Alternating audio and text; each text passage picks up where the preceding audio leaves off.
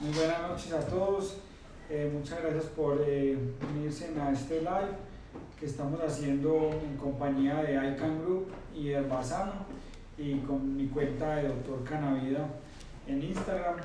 Recuerden, yo soy Alejandro Jaramillo, soy médico anestesiólogo, medicina del dolor y médico canábico. El día de hoy pues los invitamos para que participen, para que escuchen de este live que hicimos para ustedes. Recuerden, el tema es insomnio y ansiedad en tiempos de pandemia y la idea es que ustedes tengan un acercamiento a una alternativa de terapia natural que tenga pocos efectos secundarios y ustedes puedan mejorar todos esos padecimientos, los problemas de ansiedad, el insomnio que de una u otra manera se pueden presentar. Vamos a dar unos 5 minutos para que más personas se vayan adicionando a nuestro live. Por el momento, si alguien pues quiere hacer una pregunta, recuerden que ahí tenemos el buzón donde pueden estar escribiendo en el chat y poco a poco vamos a tratar de ir respondiendo a todos ustedes las inquietudes que se les vayan generando. Bueno.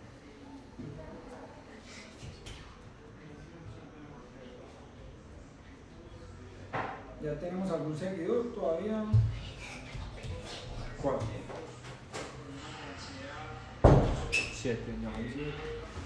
Bueno, los voy a ir introduciendo un poquito para ustedes que ya pues están adicionando. Eventualmente repetiré algunas cosas para los nuevos que entran. Como les decía, el tema es insomnio y ansiedad en tiempos de pandemia. Entonces vamos a hablar un poquito. La definición de ansiedad, como nos la presenta Medicina Interna de Harrison, como nos la presenta el DSM-5, que es la autoridad pues, en psiquiatría, en literatura, pues nos dice que es una enfermedad, la enfermedad psiquiátrica más prevalente o más frecuente que para Estados Unidos, que es pues, uno de los países que más escribe, que más se encarga de generar estadística, dice que puede llegar a ser hasta un 15 a 20% de los pacientes médicos, o sea, los pacientes que se presentan en una clínica o que se presentan a una consulta. Entonces miramos que es un padecimiento muy prevalente que a muchos de nosotros en algún momento de la vida nos puede ocurrir. Recordemos que muchas veces por desencadenantes o muchas veces no por desencadenante como tal. Se define también con una sensación subjetiva de inquietud, de temor, de presentimiento o de presagio, y es muy común pues, que los pacientes tengan síntomas asociados, una preocupación excesiva, una preocupación persistente, que incluso a veces llega a ser más allá de lo realista, ¿cierto? Asociada con tensión muscular, con alteración de la concentración o pueden presentar inquietud e insomnio. ¿Listo? Eso en cuanto al trastorno de ansiedad y trastorno de ansiedad generalizado. Recordemos que desde niños hasta población muy adulta pueden padecerlo. Se agrava mucho cuando hay desencadenantes, detonantes sociales, cuando hemos sido víctimas de pronto de un asalto, de violencia y ahora pues con la pandemia es muy común que todo nuestro sistema neuroendocrino, nuestro sistema hormonal se altere y pues como vamos a ver en un momento les voy a contar por qué se dan estos padecimientos. El insomnio, como nos lo define el DSM-4, DSM-5, entonces es un diagnóstico que se hace en personas que experimentan recurrentemente problemas en la o pobre calidad o cantidad de sueño, ¿cierto? Y podemos tener diferentes formas de insomnio, ¿cierto? Están los pacientes que tienen problemas para conciliar el sueño, entonces yo me acuesto y paso 1 o 2 horas con los ojos mirando para el techo, no logro conciliar el sueño. Otro tipo de insomnio es el insomnio de mantenimiento, que son pacientes que sí logran dormirse, pero que se despiertan a medianoche y ya tienen un problema para volver a conciliar el sueño, ¿cierto? El problema de insomnio también se puede manifestar en pacientes que de pronto logran alcanzar a dormir, tienen despertares frecuentes de poco tiempo, vuelven y concilian, pero que da una percepción de que sí durmieron, pero al otro día son pacientes que tienen cansancio, son pacientes que tienen fatiga, que en el día no se concentran bien y tienen problemas cognitivos pues, durante sus labores. ¿Listo? sueño, cansancio durante el día, inatención, irritabilidad y dificultad para concentrarse en tareas como ya les había dicho. Ahora sí, hay algo que es muy sencillo y que siempre les digo en los live para que los pacientes lo comprendan, y es me preguntan, ¿por qué se dan estas enfermedades? Y yo les doy esta pregunta: ¿cómo se da la comunicación en todo el cuerpo? Entonces, para aquellos que no son del área de la salud, la comunicación en todo el cuerpo, nuestro cuerpo es una red neuronal que tiene receptores en la piel, en los músculos, en los huesos, en los órganos de los sentidos, los ojos, en la audición, el olfato, el gusto, el tacto, y todos estos receptores mandan información a través de cables de luz que para nosotros médicamente son nervios. Todo eso llega a la columna o a la médula espinal, sube al cerebro y ahí se da todas las respuestas complejas que el cuerpo puede desarrollar ante un estímulo doloroso, etc. Entonces, toda esa red eléctrica funciona también, aparte de la electricidad que son potenciales de acción, también funciona a partir de neurotransmisores, hormonas como la adrenalina, la noradrenalina, la dopamina, la serotonina, la vasopresina. Todas estas sustancias de alguna u otra manera pues van a hacer que todas esas vías de señalización se lleve la información. Y ahora sí la respuesta: ¿por qué ocurren estas enfermedades? La mayoría de enfermedades psiquiátricas, la ansiedad, la depresión, incluso hay veces en epilepsia, en esquizofrenia, muchas enfermedades psiquiátricas, es por una disregulación, es por una alteración en la producción de estas sustancias. O se producen mucho o no se producen casi, o se producen pero el cuerpo no es capaz de captarlas en los receptores, y es por esto que muchos de los medicamentos, si no la gran mayoría de medicamentos que se usan, antidepresivos, los antidepresivos tricíclicos, los inhibidores selectivos de la recaptación de serotonina, noradrenalina y el cannabis, funcionan en muchas de estas vías de la transmisión, haciendo que haya más disponibilidad de ciertas sustancias. Por ejemplo, muchos de ustedes han escuchado que la hormona de la felicidad es la serotonina. Entonces, pacientes que hay veces empiezan a tener menos liberación de serotonina pueden tener trastornos del ánimo, el ánimo depresivo, de tristezas, de llanto. Y lo que buscan todas estas terapias, no solo el cannabis, sino también los medicamentos psiquiátricos, la fluoxetina, la paroxetina, la imipramina, buscan regular todo ese sistema propio, ¿cierto?, para que haya buena disponibilidad de sus neurotransmisores y podamos llegar a un estado pues, de equilibrio. Recordemos que el cuerpo es una homeostasis, un equilibrio entre producción, entre inhibición y eliminación de ciertas sustancias, y cuando se pierde ese equilibrio, ese desbalance, aparecen estas enfermedades. ¿Cómo prevenir todos esos trastornos? Entonces, tenemos que saber que para prevenir todos los trastornos de ansiedad, los trastornos depresivos, pues hay muchas estrategias que podemos usar en nuestra vida diaria, y esto es lo que en medicina se conoce como prevención primaria, y nosotros tenemos que tratar de cambiar estilos de vida, de volver a los estilos de vida saludables, hacer ejercicio, tener tiempo de meditación, tener tiempo con nosotros mismos, de relajación. La alimentación hoy en día, pues cada vez por la industrialización de las ciudades, cada vez recurrimos a comidas más ligeras, comidas que no nos quiten tiempo para ir a trabajar. Entonces hemos pasado de una dieta nutritiva a unas dietas pues, que hoy en día son, digámoslo, desechables. Entonces una buena alimentación, un contenido rico de frutas, verduras, hidratación, hacer deporte, pues todo eso puede prevenir todo este tipo de patologías. Sin embargo, me pueden decir: doctor, pero es que yo como verduras, yo soy vegano, yo soy vegetariano, yo hago ejercicio, yo hago yoga, ¿y por qué me enfermé? De todas maneras hay una predisposición genética. Entonces, a pesar de que yo haga todas estas medidas preventivas, yo puedo tener un antecedente de que mi familia todos han sido depresivos o bipolares o ansiosos o hay insomnio. Entonces también entra la parte de genética. Entonces, a todos no les va a servir esta prevención, pero sí es importante que todos vayamos cambiando por estos estilos de vida y de esa forma prevenir. ¿Listo? Ahora, ¿cómo tratar hoy en día estas patologías? Entonces, lo que más conoce la gente, los pacientes, es el tratamiento farmacológico. Entonces, muchos de ustedes les han mandado fluoxetina, sertralina, imipramina, paroxetina, venlafaxina, desvenlafaxina, cualquier cantidad de antidepresivos o estabilizadores del ánimo, pues con la idea de tratar eso. Entonces una estrategia es la farmacológica, que es la tradicional, la que hemos usado siempre. Están los productos fitoterapéuticos, ahí usted puede entrar todos los medicamentos naturistas, puede entrar la valeriana, la pasiflora, la lavanda, que se usa tanto también para el insomnio, y aquí entramos también lo que son los derivados del cannabis medicinal.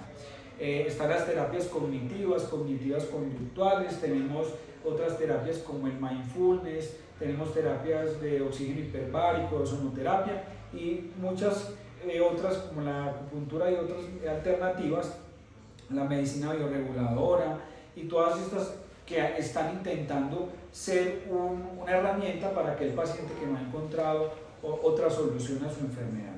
¿Listo? El sistema endocannabinoide, realmente pues los en vivos que hemos hecho los hemos tratado de equilibrar para cuando están participando personal de la salud y personal de pacientes. Sin embargo, nos han pedido que hablemos un poco más, lo hagamos un poco más sencillo para el entendimiento de los pacientes. Entonces, si hay algún médico, si hay algún personal del área de la salud que requiera información más detallada, que quiera bibliografía, que quiera pues que le mandemos evidencia, me puede escribir a mi correo personal drcanavida@gmail.com o por mis redes sociales doctor-canavida. El sistema endocannabinoide, entonces, les quiero contar que nosotros, Dios nos puso en nuestro cuerpo un sistema que se llama el sistema endocannabinoide. ¿Cómo llegamos a saber que teníamos un sistema endocannabinoide? Después de que de un químico israelí aisló la anandamida y el 2-araquidonilglicerol en la sangre de pacientes, y después se encuentra en las plantas del cannabis el THC y el CBD, se dan cuenta de que tienen una estructura muy similar, funcionan de la misma forma y en las mismas partes del cuerpo. Entonces empezaron todos los médicos, los científicos, empezamos a entender que teníamos un sistema endocannabinoide. ¿Y por qué es importante? Desde la semana 20-26 de gestación, el embrión o el bebé en camino ya está provisto de receptores de cannabinoides. ¿Y para qué son importantes? En el crecimiento de todo el neurodesarrollo del sistema nervioso central y periférico de los niños es importante. Por eso aquellos pacientes que consumen cannabis con fines recreativos, menores de 25 años, empiezan a tener, después de ser consumidores varios años, empiezan a tener trastornos cognitivos, trastornos de aprendizaje, de la memoria, y todo esto es porque hasta los 25 años el neurodesarrollo todavía no ha llegado a su pico máximo. El sistema endocannabinoide se ha visto que tiene que ver con la homeostasis de la mayor parte de las funciones corporales, es un sistema de retroalimentación, ayuda en el ciclo sueño-vigilia, en el estado emocional, ayuda en la función cardiovascular, ayuda en el sistema digestivo, el comportamiento psicomotor y a todo el sistema inmunológico. De hecho, muchos pacientes que usaban, por ejemplo, cuando usamos dipirona, porque tiene un efecto antiespasmódico, con los años nos hemos dado cuenta, ya se ha documentado que uno de los mecanismos de acción por los que la dipirona es antiespasmódica es porque actúa sobre receptores cannabinoides. Entonces realmente ya sabemos que existe el sistema endocannabinoide y que estos productos fitoterapéuticos bien elaborados pues nos pueden servir mucho a hacer toda esa regulación de estos mensajeros químicos que se alteran.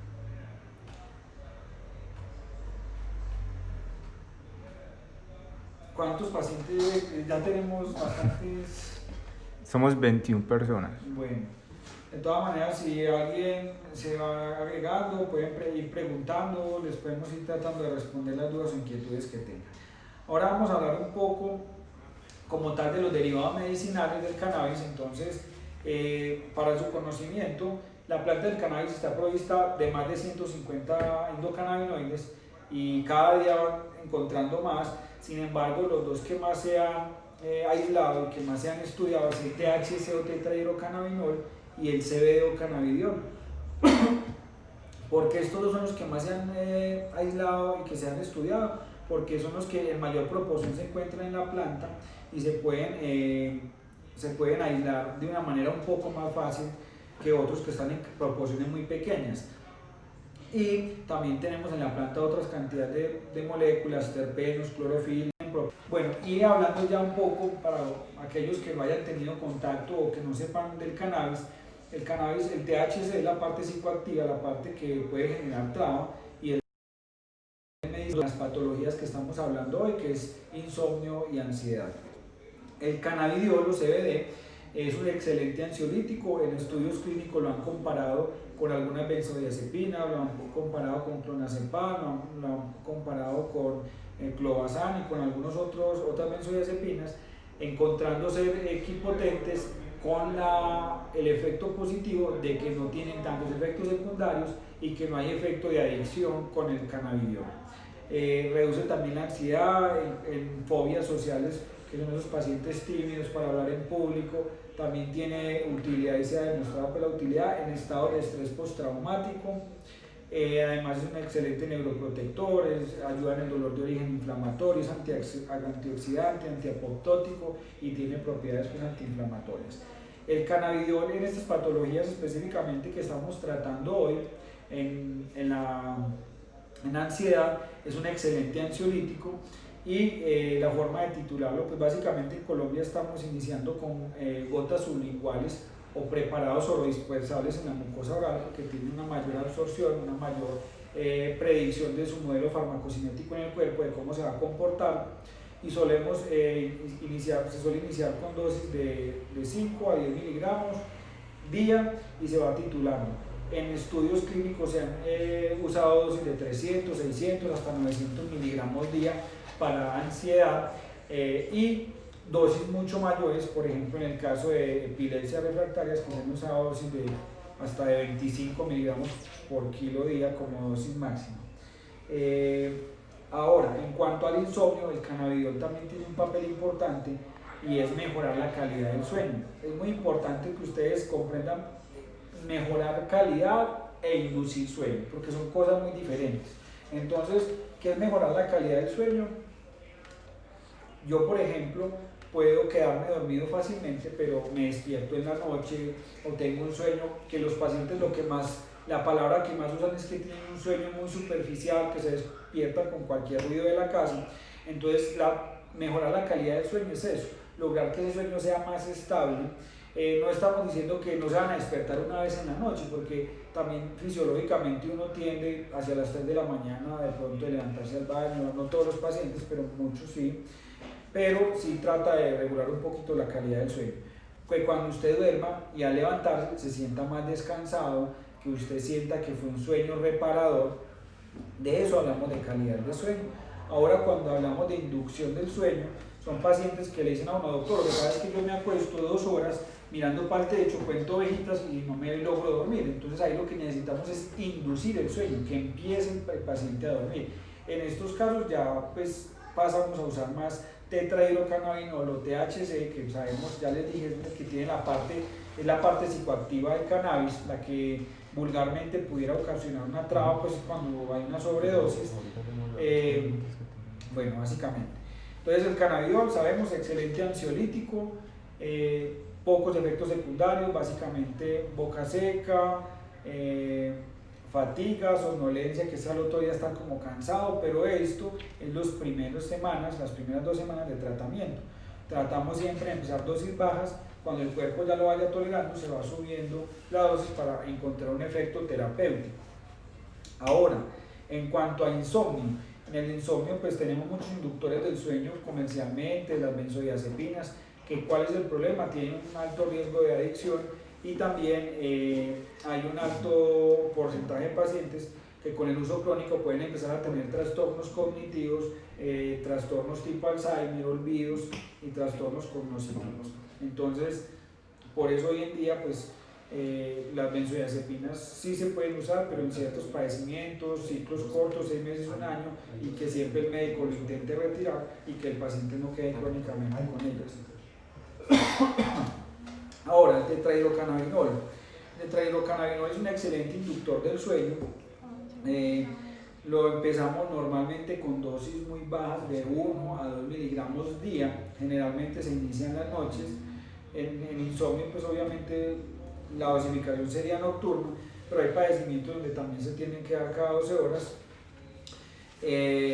pero siempre buscamos iniciarlo en la noche, por si el paciente no toleró los efectos secundarios, pues que en el día podamos evitar el medicamento y dosificarlo de una mejor manera. Entonces, THC o tetrahidrocannabinol como inductor de sueño para aquellos pacientes que tienen un insomnio de conciliación, para aquellos que no se logran dormir. Y CBD para aquellos pacientes que tienen un insomnio de mantenimiento, o sea, que no logran mantener un sueño estable y poder tener un sueño más reparador. Y excelente ansiolítico, listo. Ahora, efectos secundarios del THC, si son un poco mayor, ahí también puede haber boca seca, mareo, ojos rojos, fatiga, cansancio, y en dosis muy altas pueden haber efectos como agitación, psicosis, que generalmente con un médico que esté encima haciendo una titulación juiciosa pues no debería ocurrir. Listo. Tenemos dos preguntas, vamos a responderlas. Bueno, hay una que es cómo generar anandamida. Supongo que es cómo se induce la síntesis de anandamida en el organismo, ¿cierto? Listo. Están preguntando por inducir la síntesis de anandamida. Entonces, bueno, la anandamida, para el que me está preguntando, pues me imagino que ya sabes un poco de eso. La anandamida es el sistema, es el cannabinoide, nuestro endocannabinoide, o sea, el cannabinoide que digamos que Dios puso en nuestro cuerpo. ¿Listo? Es una molécula similar a los cannabinoides de la planta. La anandamida se produce sola, igual que el 2-araquidilglicerol, que es el otro endocannabinoide. Se produce solo dependiendo de ciertos estímulos durante el día, ¿cierto? Entonces, cuando el cuerpo nota cierta desbalance de algunos neurotransmisores, se emiten estímulos en lo que en la neurona presináptica se libera la anandamida, viene hacia la neurona, en la postsináptica, que es a la inversa, viene a la neurona presináptica, estimula y se libera más dopamina o menos dopamina, o más serotonina o menos serotonina. Por eso decimos, y se ha documentado, ya se sabe que es un sistema de retroalimentación. ¿Listo? Eso como tal. Ahora, ¿cómo hacer que exógenamente se produzca la anandamida? Pues con los cannabinoides, que es una de las formas. Cuando usted administra cannabidiol o tetrahidrocannabinol, no solo estás administrando exocannabinoides, sino que también estás estimulando el sistema endocannabinoide y aumenta la liberación. ¿Listo? De hecho, uno de los tantos mecanismos de acción es que también aumentan la liberación de anandamida, de endocannabinoides, y aumentan también la disponibilidad, que más fácil sean captables por los receptores. ¿Listo? Ahora, estarás preguntando, no doctor, pero otras formas. Pues yo no te puedo decir otras formas científicamente, pero lo que sí es cierto es que muchos neurotransmisores que se alteran, que era lo que te decía ahora en las otras terapias, cuando yo tengo alteración en la serotonina, estoy de pronto con estados de ánimo deprimidos, de tristeza, y yo empiezo a hacer otras terapias, yo empiezo a hacer yoga, yo empiezo a caminar en el bosque, a hacer natación, a hacer mindfulness. Todo eso sí se ha demostrado que cambia todo ese estado emocional, y eso seguramente está asociado a que se empiezan a liberar internamente endorfinas, a liberar más dopamina, te da placer. Cuando vos haces yoga, cuando vos haces una actividad deportiva, eso también libera dopamina, te da placer, igual que el que se fuma un cigarrillo y le da placer, etcétera. ¿Listo?